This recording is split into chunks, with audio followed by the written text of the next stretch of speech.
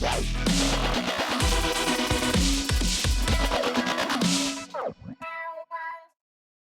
everyone, and welcome to the Ask Barry V Show. I'm Barry Vanover, and this is Miles Baker. Welcome to the show. What's going on in the martial arts industry, Mr. Baker? I know we talked about this. It's hard to come up with something new every week in the martial arts industry, but you pointed out something.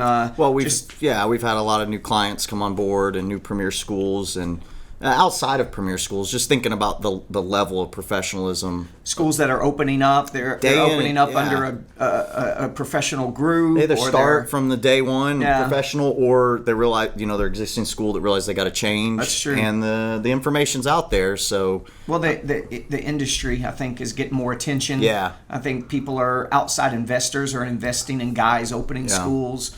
You've never had this much information free. Yeah. That's happening in the martial arts industry. And it's just more mature, so a lot of the wrinkles are kind of ironed out at this point. Yeah, so that's true.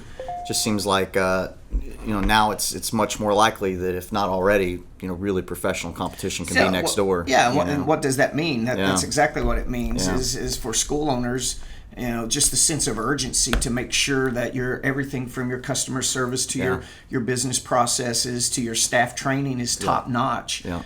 To be able to compete with higher level competition. Years ago, a dude could be teaching out of a YMCA and have 40, 50, 60 students, and maybe that was his only part-time gig. Right. Nowadays, you've got some big-time players that guys are owning 20 locations. That's awesome. Never before have people, just in our organization in Premier Martial Arts, never before have we had as many multi-school owners, So, well, it's knowledge just like levels the playing field. Right. So now that the knowledge is out there and people know where to get it, a 24-year-old, let's call a kid, can open a school and do amazing compared to somebody who's been in the industry for 20 years but hasn't seeked out the knowledge. Right. He's motivated and educated. Yeah, that's all it's it takes amazing. anymore, It's right? amazing. Well, that's the same in anything, though. Yeah. Motivated and educated. That's right. That's the two things. You know what to do and just get it done. Yeah. Also, it's late August, coming up on late August. Of course,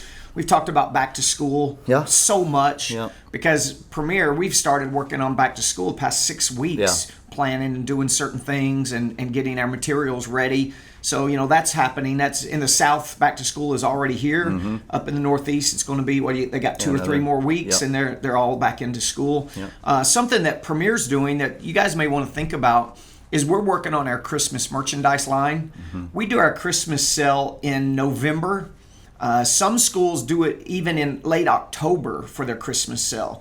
I think that might be a little early, but definitely, the first weekend in November, the second weekend in November, when's Black Friday sale traditionally? Thanksgiving, right? It's after Thanksgiving. Friday. So doing our sale before that, happens. Before all that money. So if you guys, like, we're planning, we do all kinds of customized products, everything from drink cups to different types of t-shirts and hoodies and beanies and socks and all these different types of custom items that we have for our Christmas sale. That takes time to plan and organize and get the products and the graphics done. Any of you guys, if all you did was come up with a couple cool, like a t-shirt design for the fall, and you had that design put on long sleeve shirts, t-shirts, and hoodies, right? And that be you could make a lot of money from your school by just offering that as part of your Christmas sale and some small things. So, we do tremendous Christmas sales. We've got school owners that'll do $25, $35, $45, Aaron Hensley, $60,000 in a weekend from all of his schools in their Christmas sale. Now, of that money is also, don't get me wrong, is like upgrade sales where you're having a special where families can upgrade to a higher level training program and use the equipment package for their Christmas present, and all of that ties in with a great Christmas promotion. But it's not too early to think about it and to prepare for it. So that might be something you guys want to do a shout out and start looking into. Absolutely. All right, let's get to our questions today. Let's get to it. So our first question for today comes from John M. John M. says, I'm having a problem with a staff member. I send him to training. He comes back motivated. He does okay for a while, and then he stops getting results. I'm very frustrated. Any advice? Man, staffing is we get so many calls from people that are having staff problems. They either can't find staff, they can't get the staff to produce results, or they are losing a staff member and they're panicking, right? Yep.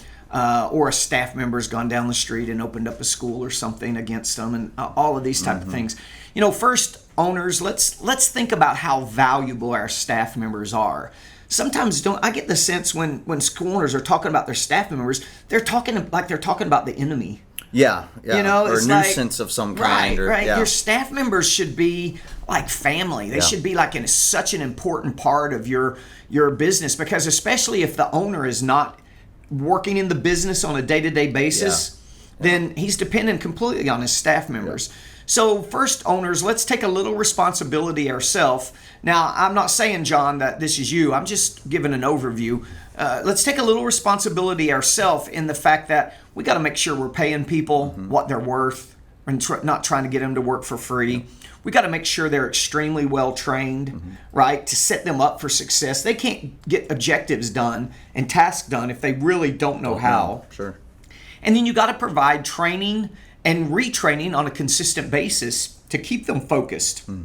It's a highly specialized person that can learn a skill and never have to review it or tweak it or go back and practice it, right? So your staff's procedures are the same way.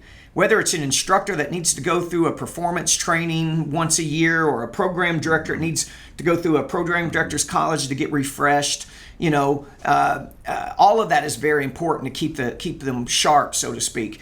And then, of course, showing them attention and helping them grow as a martial arts professional, helping them understand what their personal and professional goals are and reaching those goals. I remember once I had a young instructor. He was like 18 and he wanted a new car. That was his main goal in life, was to get a new car. So I talked to him. We set a plan. Here's what you need to be doing financially. Here's what you need to be doing at the school. All that time came, I even went to the car lot and helped him negotiate the purchase of his car, just so he wasn't there on his own doing it. So, and that was a big win for him, and actually it was a big win for me. Because I got to give back and I got to help. And sometimes school owners, and a key thing that John said was, he said, I believe, I sent him for training. Okay, so my question would be, did John go to the training? Yeah. Did John know what was being taught to his own staff members at a high level to where John can hold him accountable and John can help him stay focused and know how to help the guy, right? Because our company, we do lots of staff training, and it's great. You should send your staff members to places to get trained, and because it's always different when they hear what you want them to hear from somebody else. But the owners have to know it themselves. Absolutely. Right? Yeah. So if the owner knows the task, the information, the job description themselves perfectly, well then if you've trained your staff members, then you have to hold them set goals for them and hold them accountable so they know what a good job is and a good job isn't by hitting certain numbers and certain goals. And you've got to provide retraining and constant training and motivation for your staff members. Now, don't get me wrong, there's some staff members that are calling it in and they're just hanging out, trying to get a check every week, and they're just not in it to win it. And to be honest with you, you're never going to really know that unless you've set goals and numbers, and either they're hitting them or not. That's the true answer. If they're hitting them, they're doing a great job. You should be rewarding them. If they're consistently not hitting the goals and you've tried and trained and retrained and remotivated, probably time to look for somebody else, right? Yeah. So hopefully that helped, John. It was a little vague question on that could have gone a lot of different areas, but hopefully that helped John a little bit with his staff members. Training. He's not getting to perform. Provide training, provide retraining, and then if he can't do it, you got to find somebody that can, because it's your business. Yeah, that's right. I have a school owner, now I won't mention names because it's not a positive situation, but the school owner has a program director that's not hitting his numbers for several months. But the program director is a little bit of bipolarism. He's in therapy, and the owner is wanting to hang in there with the guy because he feels like the guy used to do a good job. Now he's got some problems, and he don't want to just get rid of him. He wants to hang in there. Sure. Man, what a tough conversation that was, because the business guy in me says, the dude isn't hitting his numbers after a while. It's affecting your business and your family. But the good-hearted guys in us are like, man, he's trying to hang in there with this guy so much, That's a tough and situation. That's a tough one. All right. Next question. Mark W. asks, he says, Mr. Vanover, love the show. Thanks for doing it and hope you keep it up. Thank you, Mark. I heard you mention about an X pattern schedule. Can you explain what this is? Yeah. X pattern schedule, I think, is important for a school because think about it this way. In your own neighborhood, there's families where mom and dad both work and they don't get home till 5 o'clock. So by the time they get off work at 5, they gather their kids, they get home or get wherever they're going, it's going to be hard to get their kid to any activity before 6 unless they have a driving nanny or grandma or grandpa's driving the kids around or something, right? And then, of course, you have families where more well-to-do, where mom doesn't work at all, and those after-school classes are great. So many times when we do school evaluations, we go into the school. The first thing I will do when I spend 3 days in the school analyzing their processes and systems is I'll pull out the schedule and look at it. So many times martial arts schools have all kids classes before 6, all adult classes after 6. Yeah. So basically, you've got to ask the school owner, if me and my wife are both professionals, we make a ton of money, but we have to work till 5. Yeah. Where are our kids going to take martial arts classes? Not that school. Not that school, right? Yeah. So an X pattern schedule means for every age of child that can't drive themselves to your school, you need to have classes for them a couple days a week before 6 and a couple days a week after 6. That's the essence of a X pattern schedule. That will stunt the growth of a school, a bad schedule. Yeah, absolutely. And I always ask the owners, don't you have parents that say, oh, I can't make it here that early? Yeah. And they're like, yeah. Well, that should have been the big red flag that you need to do something with that schedule. All right, next question for this week comes from Jack M. He says, how do you handle problem parents that seem that you can never please them? Is always causing an issue and making big deals out of nothing. So problem parents, how to deal with them. Always got a couple, right? Yeah, that's kind of what do you do with a problem? Now, what kind of problem parents do you have? Yeah, there's different levels. And I tell you, customer service is so important. And we want to be there through and through with our parents, right? And our students. And we all have these weird circumstances. I had a lady come to me, a very supportive mother of our school, very well-to-do. And she wants me to put mirrors in one of our schools so that the demo team can see themselves. Sure. Okay. Well, we stopped putting mirrors in classrooms a long time ago when we went to our performance-based curriculum, and we don't have to clean the mirrors. They don't get broke, and it was kind of a distraction even for some of the younger kids. Yeah. But she actually asked me to spend that kind of money so that her kid can look at himself when demo team practice is going on, right? And that same mother recently sent me an email because our demo team head instructor could not be at a demo because we had to have him teaching classes somewhere. And she was so irate, right, that she wanted me to teach classes or whatever. Sure. Why can't you help and so forth? And, you just had a problem parent recently. Yeah, and it's a different situation. So you kind of had like two situations where it can be addressed. It's not a deal breaker. They don't need to be kicked out of the school. Right. It's just kind of like, always take the high road. I understand you want mirrors, but this is why we don't have them, or this is why our instructor couldn't be at, this situation was a little bit more drastic. The short story is they basically wanted the child to come to only specific classes during a week where they did not fulfill all the curriculum requirements and still wanted to be promoted in rank. But they were in black belt training. They were in black belt training. And they couldn't stay for the black belt training curriculum portion. Due to a dance schedule. But they still wanted to be in black belt training, still wanted to be promoted as a black belt training student. And so that was a case where I had to explain why that wasn't possible. And we just couldn't see eye to eye. And they were on a contract.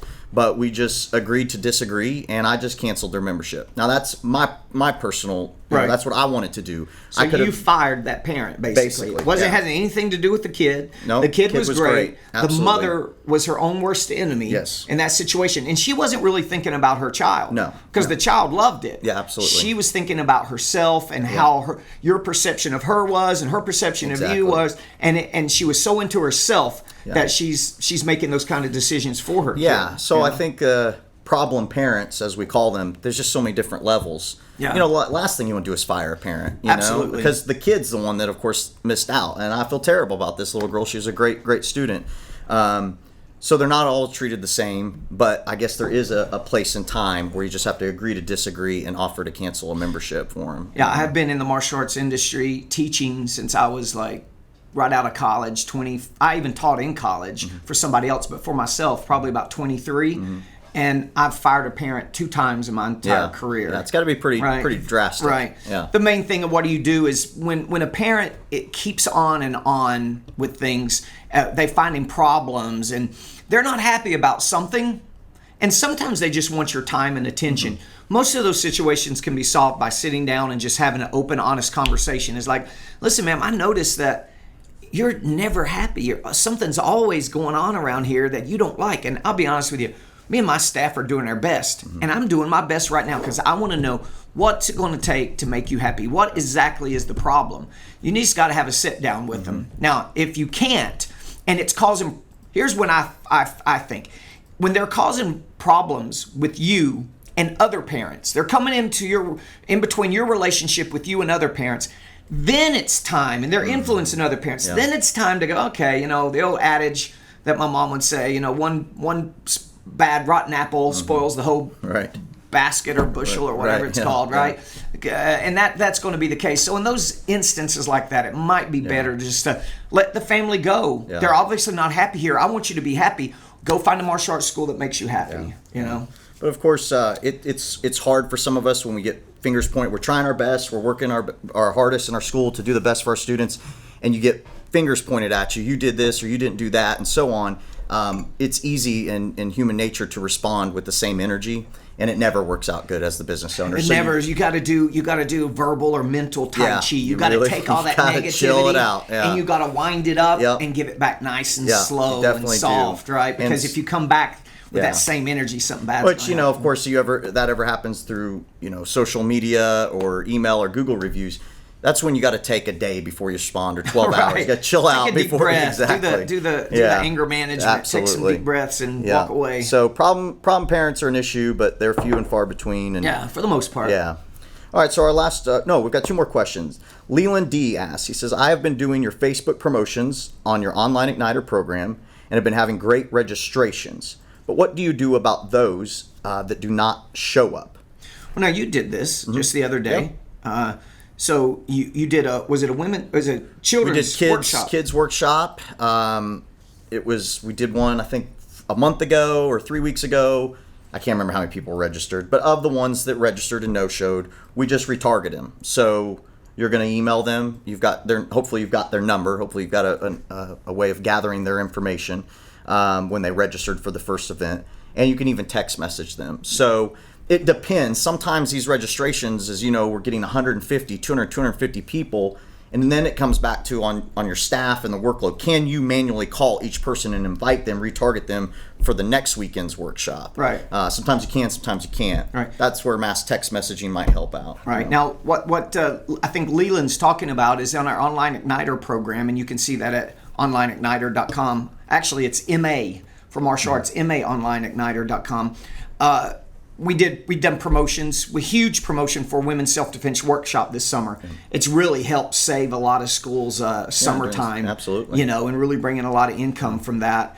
Also is our back to school, Karate for Concentration back to school workshops that we're promoting on Facebook. We're promoting a back to school special on Facebook. So the Karate for Concentration workshops, we find that about 35% of the registrations show up. Now that's 30 to 40, but 35 is a pretty good guess.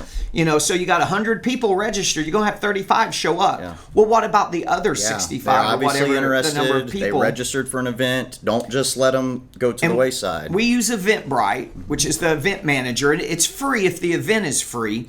If not, it charges you a small fee, but Karate for Concentration workshops for your mass intros promotion should be free. And with Eventbrite, of course, you ask them, and you have their name, you have their email, you have their phone, their cell phone numbers. So for those that don't show up, what Mr. Baker's talking about is retargeting them and inviting them to the next week one, right? And you can invite them from the information that you gathered through an email or through texting and remind them and invite them, right? You can send them a link to re-register again on the other Eventbrite, right? Because kind of registration is a little more mental, I'm coming type thing, even though only 35% show up. And then later you could remarket them for some other product. You could remarket them for your 2-lesson trial program. You can send them emails about your birthday parties. Of course, all those emails should be dumped into your email funnel for your email sales funnel for your school anyway. But then you can remarket them for different products that you have, birthday parties, 2-lesson trial programs. But definitely retarget them and invite them back for the next one that you're going to do, because they were interested. Something happened, they didn't do it. Doesn't mean they're still not interested. It just means they didn't make it, so let's invite them again. Absolutely. I think that the last one we did, it was, we were a little behind the gun and not usually on like our usual system, but I think we followed up on a Tuesday where usually we would on Monday, of course. But the following Saturday, we signed 9 kids in a mass intro. It's not 9 paid trials. It's not... They're 6-month memberships, you know. That's beautiful. An hour of work that was fun with kids breaking boards and earning white belts. Got all these kids having a blast, getting uniforms and earning belts, and their parents are proud of them. And 9 of them become 6-month members. I mean, it was great. We're sitting at the middle of August, on the middle of August, on the 15th. I put out their management meeting. I think I put that out for you guys on our Facebook page, Barry Vanover's Martial Arts Management Group page. You can see our management meeting. I put the last one up. But just the success that our owners are having through promoting the mass intros on Facebook. Yeah, it's you know, exciting. you signed up 19 people in 2 weeks. Yeah. Majority of them came through your mass intros. Gosh, I could go on and on about the different. Aaron Hensley has signed up 45 people. Now that's 3 locations, but 45 people in 3 locations in 2 weeks. Mass intros. John Lyles signed up 35 people in 2 80 weeks. People registered in 48 hours. Mostly coming from his mass intros. Ken Brayman's brand new school has 33 students. It hasn't even opened. 33 people signed up. It hasn't even opened.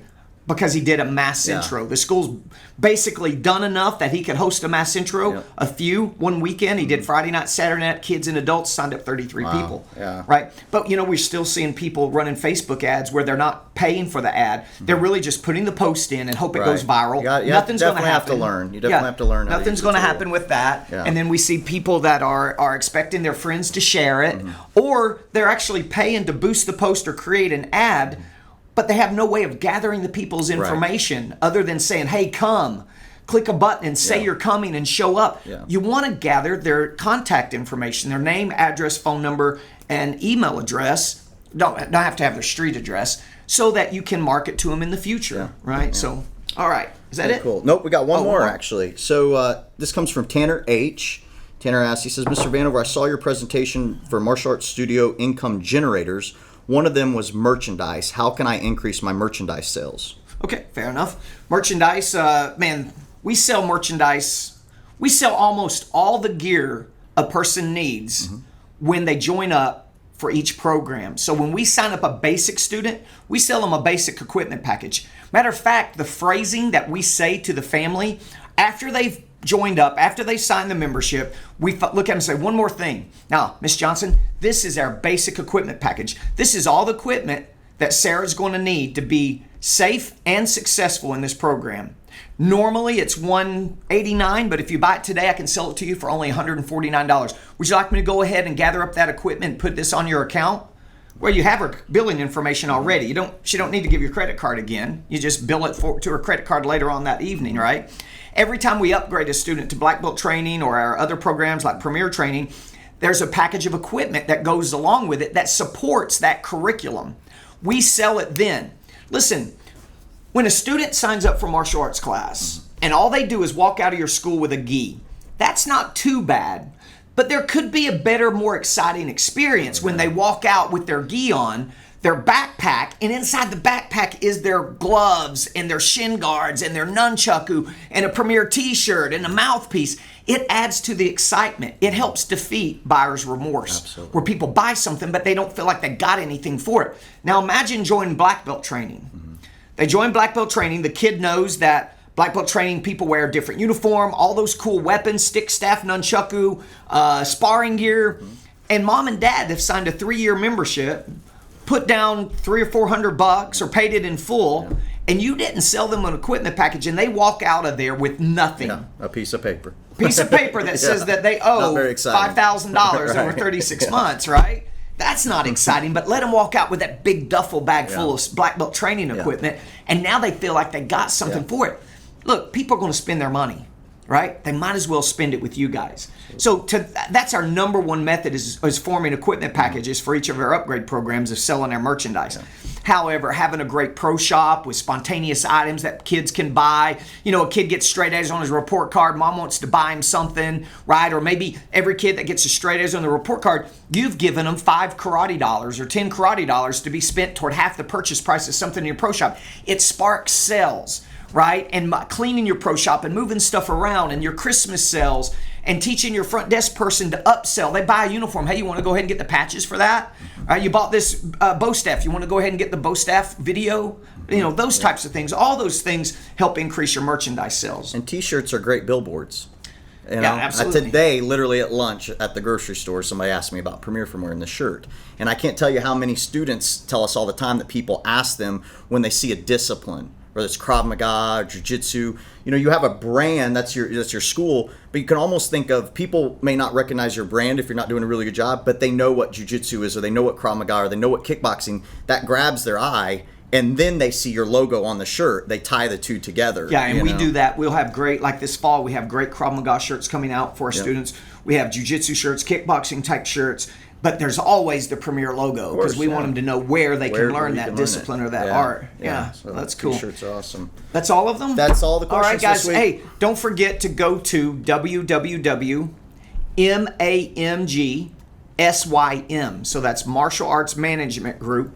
SYM, www.mamgsym.com. And if you guys take a look at our fall symposium, our event that we've got happening, we've got great martial arts, we've got great business seminars, guest speakers. We'd like to invite the martial arts community to come out to that. Mr. Baker's doing a program director's training. That's marketing and sales training the first day and a half. I'm doing instructor performance college again, like I did in Las Vegas for the first day and a half. And then we got cool Krav Maga training seminars, different topics for everybody from the beginnings instructor to even the most advanced instructor. So if you guys want to take a look at that and come visit us in Knoxville, Tennessee, go to that website and register today. Anything else? That's it. All right. See you guys next time.